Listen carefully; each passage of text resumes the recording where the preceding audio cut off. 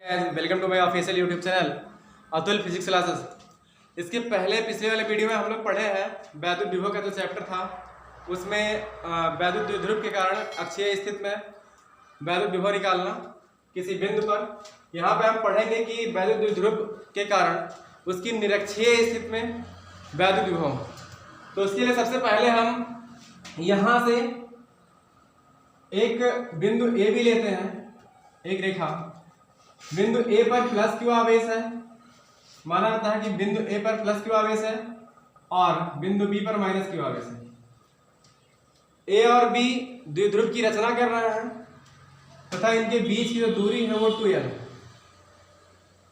2l इसके ए और B के मध्य बिंदु से ओ, मध्य बिंदु को मान लेते हैं ओ है, यहां से एक लंब खींचते हैं और ए बी की निरक्षीय स्थिति में एक बिंदु P है मान लेते हैं जो O से R मीटर की दूरी पर स्थित है। B को P से तथा B को P से मिला देते हैं और P को A से। तो यहां से हमको वैद्युत विभव निकालना है। तो चूंकि हम जानते हैं कि V = 1/4πε0 के Q/R ये फार्मूला होता है। हम लोग किसी बिंदु आवेश के कारण किसी बिंदु पर वैद्युत विभव निकाल के देख चुके हैं इसको। अब यहां से हमको एक बार बारी बारी से बिंदु ए पर जो आवेश है प्लस क्यू आवेश के कारण बिंदु P पर वैद्युत विभव निकालना है तथा माइनस क्यू आवेश के कारण बिंदु P पर वैद्युत विभव निकालना है।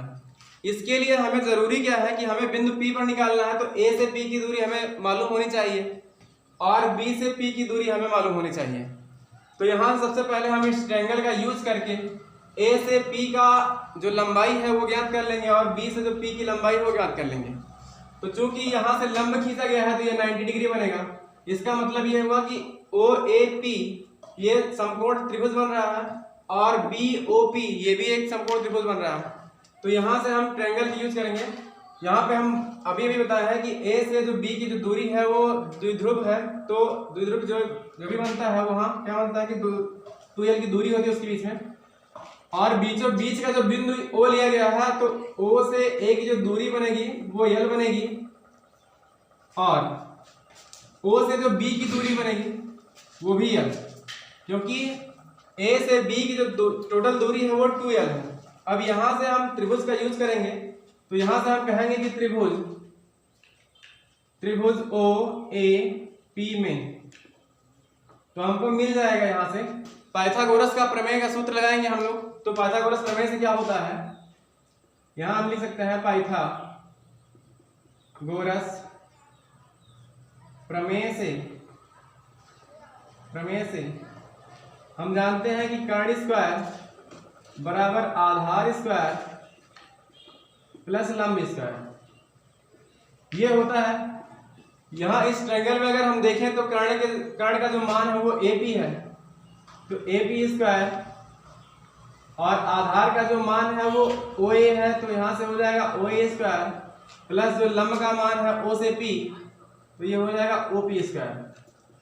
अब यहाँ जो दूरी मानी गई है OA की जो दूरी मानी गई है O से A की वो l है, उसका स्क्वायर कर देते हैं और O से जो P की दूरी हम माने हैं वो R है, तो वहां पे हम OP के स्थान पे R रख देते हैं, इसका स्क्वायर। अब हमें चूंकि AP दूरी निकालनी है और हमें अभी यहाँ AP स्क्वायर मिल रहा है, तो यहाँ पे हो जाएगा, इसको हम थोड़ा इधर R स्क्वायर को पहले लिख लेते हैं, RL स्क्वायर को बाद में। तो यहाँ हमको मिल जाता है R square plus L square. यहाँ से हम थोड़ा सा और दोनों पक्षों का वर्गमूल लेते हैं तो हमको मिल जाएगा यहाँ से AP बराबर √R square plus L square.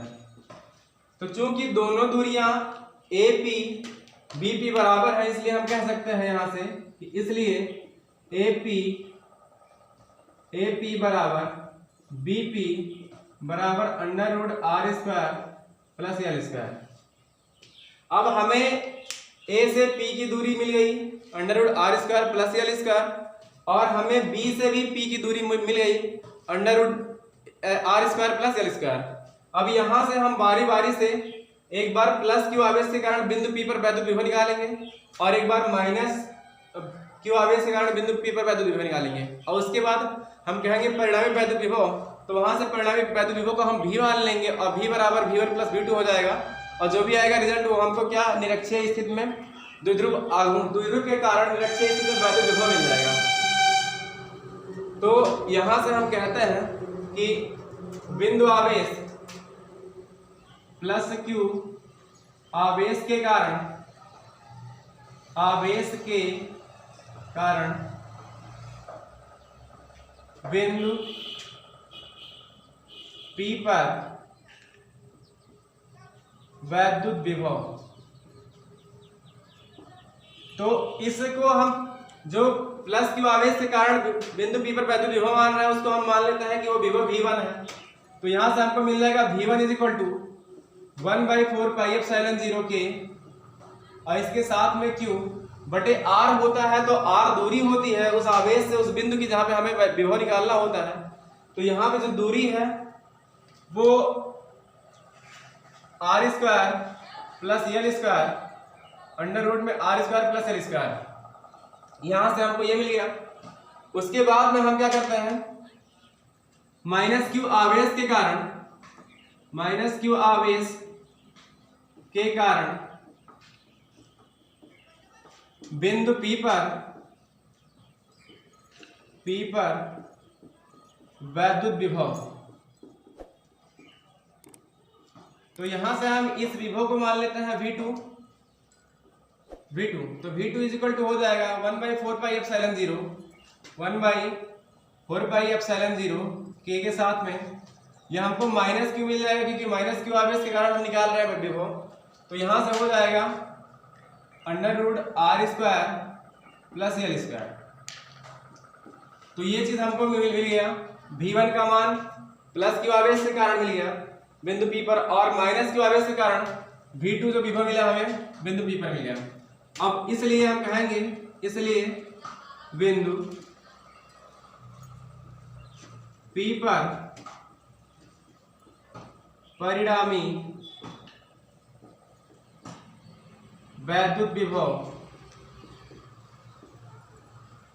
देखिए यहाँ पर जो K होता है वो परावैद्युतांक होता है जिस माध्यम में रखा गया होता है द्विध्रुव।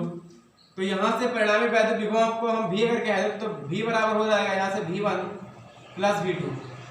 V1 और V2 का मान यहाँ से हम रख देते हैं तो हमको मिल जाता है 1/4πε0 K के साथ में Q बटे under root R² plus L² और फिर प्लस के साथ में 1/4πε0 K के साथ में मिल जाता है हमको माइनस Q बटे under root R² plus L²। अब यहाँ से हम थोड़ा सा और सॉल्व करते हैं इसको तो हमें मिलेगा V = 1/4πε0 K और यहाँ पर है आपका Q बटे अंडर रूट में R² प्लस L²। और इस ब्रैकेट को जब हटाएंगे तो माइनस Q में लिखा है माइनस Q, जैसे ब्रैकेट हटेगा तो उस माइनस का इस प्लस से गुणा हो जाएगा तो यहाँ हमको मिल जाएगा माइनस। तो ये हो जाएगा 1/4πε0 K और ये हो जाएगा Q बटे अंडर रूट R² प्लस के साथ L²। अब चूंकि हमें यहाँ दिखाई दे रहा है कि ये सारी राशि 1/4πε0 K Q बटे R² अंडर रूट में प्लस L², वही राशि सेम यहाँ भी है 1/4πε0 K Q बटे R² प्लस L²। तो यहाँ से ये कट जाएगा और यहाँ से हमको V = जो मिलेगा वो 0 मिल जाएगा वोल्ट।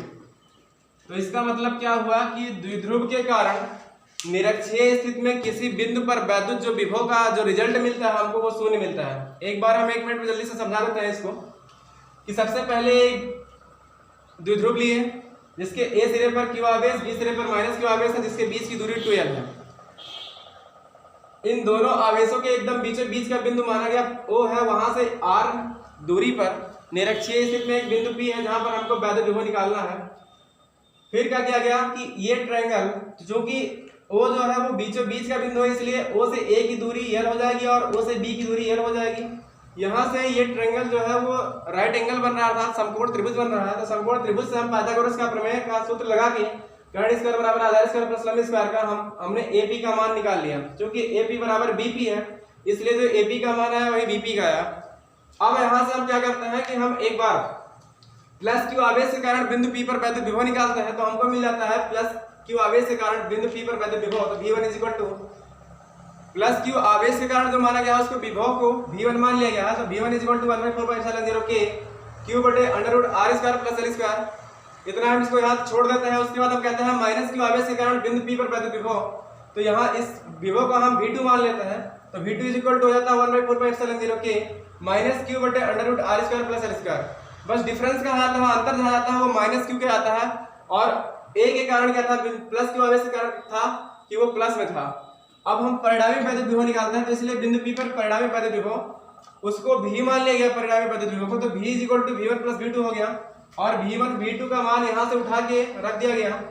रखने के बाद चूंकि V1 का मान वही है, V2 का मान वही है, बस सिर्फ चिन्ह चेंज है, एक माइनस है एक प्लस है, कट के शून्य हो गया। तो इसका रिजल्ट ये हुआ कि हम अगर द्विध्रुव के कारण निरक्षीय स्थिति में वैद्युत विभव निकालते हैं तो उसका रिजल्ट क्या आता है, शून्य आता है। अब आप इसका स्क्रीनशॉट ले सकते हैं। इसके बाद हमें अगली टॉपिक पढ़ानी है विभव प्रवणता। तो इसको हम मिटा देते हैं।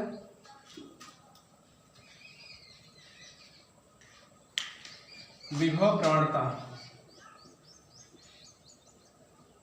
विभव प्रवणता क्या होता है? सबसे पहले तो किसी चीज की परिभाषा पढ़ी जाती है, उसका फार्मूला पढ़ा जाता है। तो ये चीजें हम लोग पढ़ेंगे अभी। तो हम हेडिंग डालेंगे विभव प्रवणता।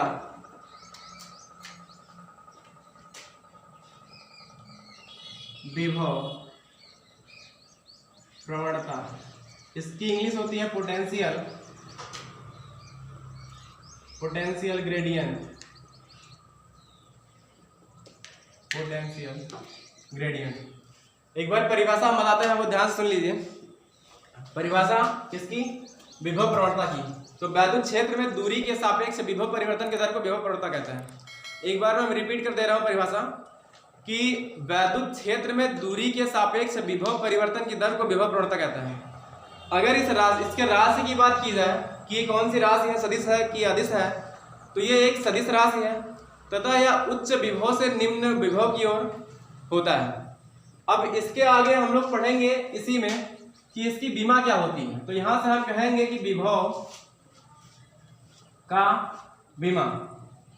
यहां से विमा पढ़ने से पहले एक चीज और भी हम यहां से बता देते हैं कि विभव का जो सूत्र होता है विभव प्रवणता का, अगर मान लीजिए एक यहाँ पे बिंदु आवेश, एक बिंदु है O, वहां पर प्लस Q आवेश है, एक प्लस Q आवेश ले लिया है हम, और यहां से क्रमशः x मीटर की दूरी पर एक बिंदु A है तथा x plus dx delta x दूरी पर एक बिंदु B है, एक बिंदु B है। और बिंदु B पर अभी हम मान लेते हैं कि परीक्षण आवेश Q0 रखा हुआ है। जो विभव है बिंदु A का उसको हम मान लेते हैं V है, और जो B का विभव है उसको हम मान लेते हैं V माइनस डेल्टा V। तो विभव प्रवणता की परिभाषा से इसलिए यहां हो जाएगा कि विभव प्रवणता बराबर,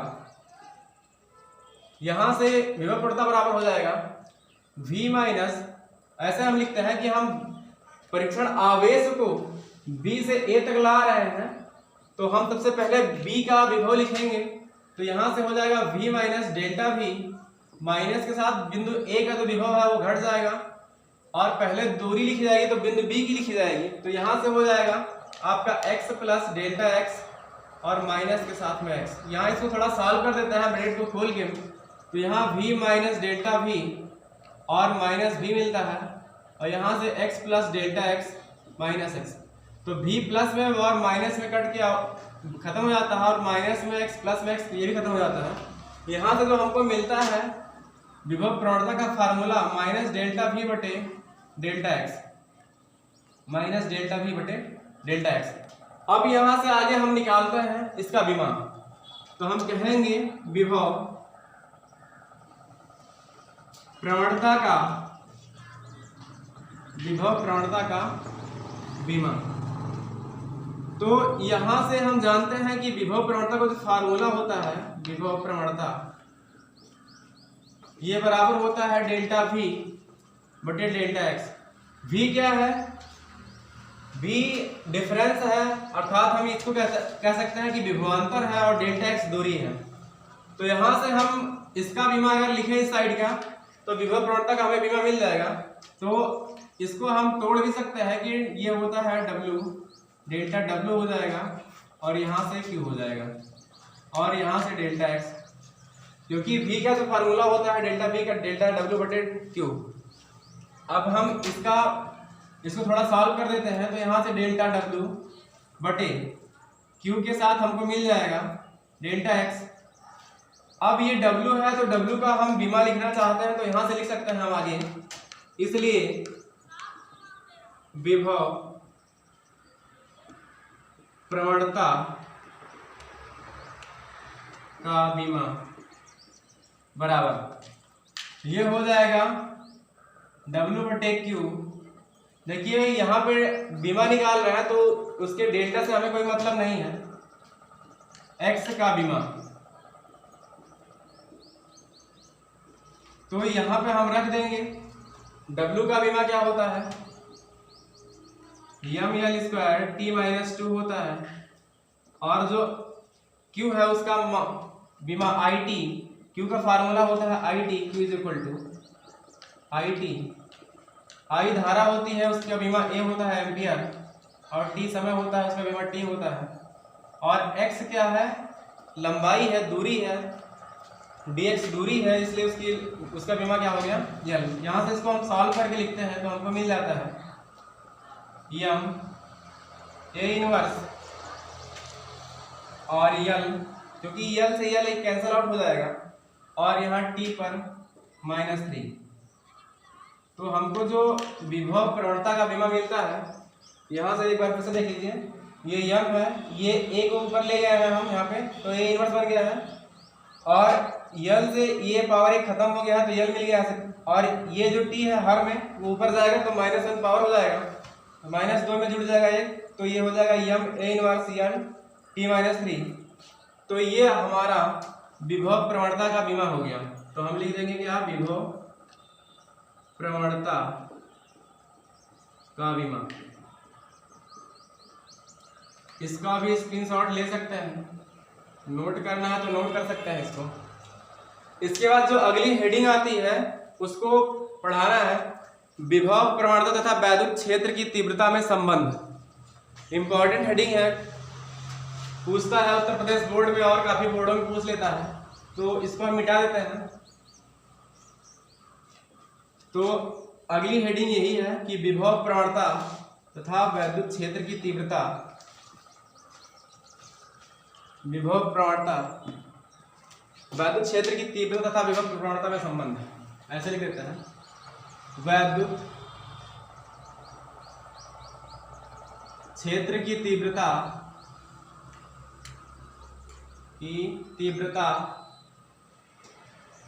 तथा विभव प्रवणता में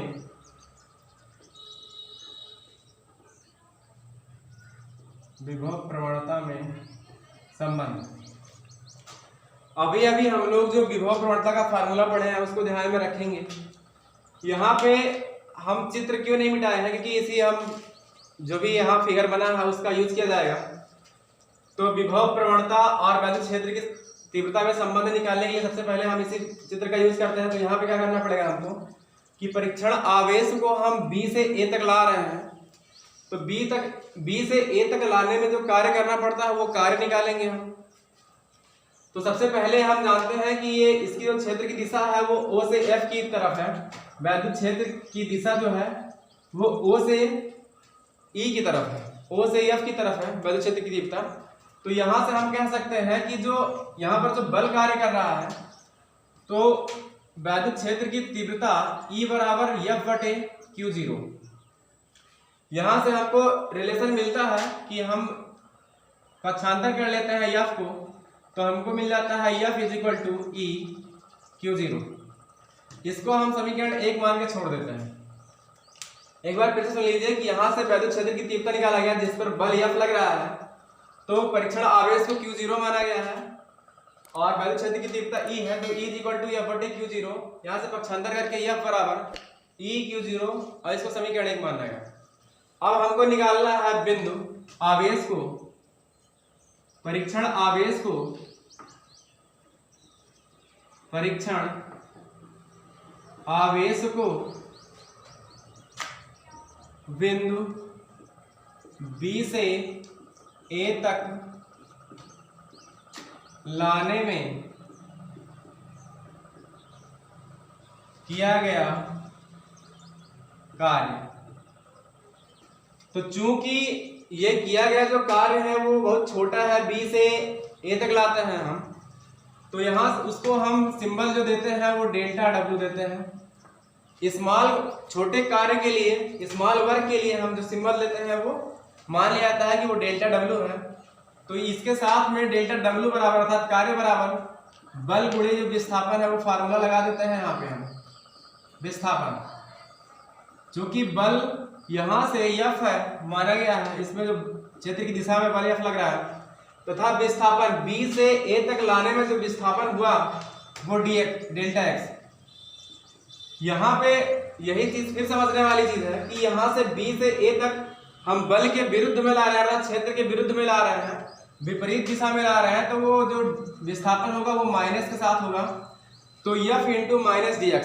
अब यहाँ से हम क्या करते हैं, समीकरण 1 से F का मान इस समीकरण में रख देते हैं, तो हमको मिल जाता है dW = E Q0 और माइनस के साथ डेल्टा X। इसको थोड़ा सॉल्व कर लेते हैं तो ये हो जाता है डेल्टा W/Q0 और यहाँ से हमको ब्रैकेट हटाने के बाद मिल जाता है E के साथ माइनस इसके साथ डेल्टा X। इसको हम समीकरण 2 मान लेते हैं और इसको 2 मान के यही छोड़ देते हैं। हम अगले स्टेप में कहते हैं कि परंतु हम जानते हैं कि विभवांतर की परिभाषा से कहेंगे यहाँ परंतु विभवांतर की परिभाषा से, विभवांतर की परिभाषा से हमें जो सूत्र मिलता है वो मिलता है डेल्टा W/Q0 बराबर डेल्टा V। देखिए विभवांतर हमने वहां पे बताया था, यहाँ हम थोड़ा समझा देते हैं। मैंने कहा था कि VA - VB ये हो जाएगा आपका डेल्टा W/Q। ये चीज हमने बताया था। हमने कहा था कि एक विभव में से दूसरा विभव घटता है तो विभव की जो राशि आती है वो छोटी होती है काफी, इसलिए हम उसको डेल्टा V मान लेते हैं और यहाँ पर जो वर्क मिलता है हमको वो विभवांतर अंतर में मिलता है, इसलिए वो बहुत स्मॉल वर्क होता है, इसलिए हम क्या मान लेते हैं, उसको हम डेल्टा के साथ W मान लेते हैं और ये Q0। तो विभवांतर की परिभाषा से ये फार्मूला हमने यहाँ रख दिया, तो डेल्टा W/Q0 बराबर डेल्टा V मिल गया हमको। इसको हम समीकरण 3 मान लेते हैं और समीकरण 2 तथा 3 की हम तुलना कर देते हैं। तो यहाँ पर हम लिखेंगे कि समीकरण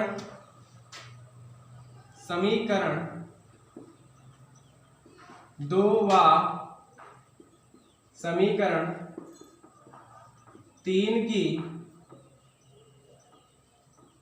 तुलना करने पर, यहां से जैसे हम समीकरण 2 यहाँ पर 3 लिख दिया गया है, समीकरण 2 और समीकरण 3 का तुलना करेंगे तो एक साइड बराबर है, डेल्टा W/Q0 इसके लेफ्ट हैंड साइड में है समीकरण 2 के भी, और समीकरण 3 के भी लेफ्ट हैंड साइड में डेल्टा W/Q0 है। इसका मतलब कि अगर लेफ्ट हैंड साइड बराबर तो राइट हैंड साइड उसका बराबर होना चाहिए।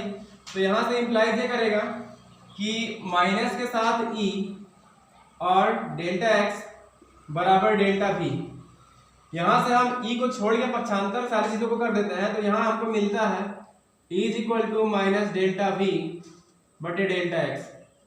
तो ये वैद्युत क्षेत्र, इसका जो मात्रक होता है वो वोल्ट प्रति मीटर लिखता है, यहाँ पे वोल्ट प्रति मीटर होता है। इसका मात्रक। अब यहां से यह स्पष्ट होता है कि जो वैद्युत क्षेत्र की तीव्रता है वो माइनस विभव प्रवणता के बराबर होता है, ऋणात्मक विभव प्रवणता के बराबर होता है।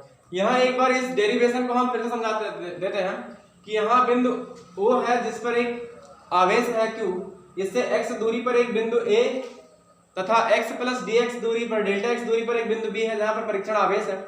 बिंदु A का जो विभव है वो V है, जो बिंदु B का विभव है V माइनस डेल्टा V है, क्योंकि उच्च विभव से निम्न विभव की ओर जो विभव जाता है, जो विभव ट्रांसफर होता है, सॉरी विभव का जो विभव प्रवणता का बताया गया था कि विभव प्रवणता की जो दर होती है विभव का, तो यहाँ उच्च विभव से निम्न विभव की ओर जाता है। तो यहाँ से चूंकि जा रहा है तो इसका विभव A पॉइंट पर अधिक होगा और B पॉइंट पर जो होगा वो थोड़ा कम होगा, इसलिए वहां से डेल्टा V घटा दिया गया है। फिर हमने क्या कहा, हमने कहा कि क्षेत्र की दिशा में एक बल कार्य करता है F, तो यहाँ से वैद्युत क्षेत्र की तीव्रता से हमको एक व्यंजक मिल जाता है E बराबर F बटे Q0, तो F बराबर E Q0 एक समीकरण मान लिया जाता है। फिर हम निकालते हैं बिंदु B से A तक लाने में किया गया कार्य। तो किया गया कार्य चूंकि ये B से A तक बहुत छोटी दूरी है, स्मॉल दूरी है dx, इसलिए छोटा वर्ग ही निकलेगा, बहुत कम वर्ग निकलेगा, तो डेल्टा W मान लिया जाता है। तो जो कार्य का फॉर्मूला होता है बल बड़े विस्थापन, उसको लगा दिया गया यहाँ पे, बल के स्थान पे बल का मान F और विस्थापित कितना हुआ dx हो गया।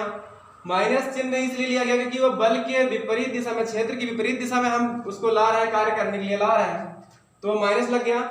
F का समीकरण 1 से मान उठा के रख दिया गया E Q0 और पक्षांतर करके dW बटे Q0 रखा गया E dx, इसको समीकरण 2 मान के छोड़ दिया गया। अब हम कहें कि परंतु विभवांतर की परिभाषा से, तो मैंने विभवांतर पढ़ाया है, तो विभवांतर की परिभाषा से dW डेल्टा W बटे Q0 बराबर डेल्टा V समीकरण 3 मान लिया गया।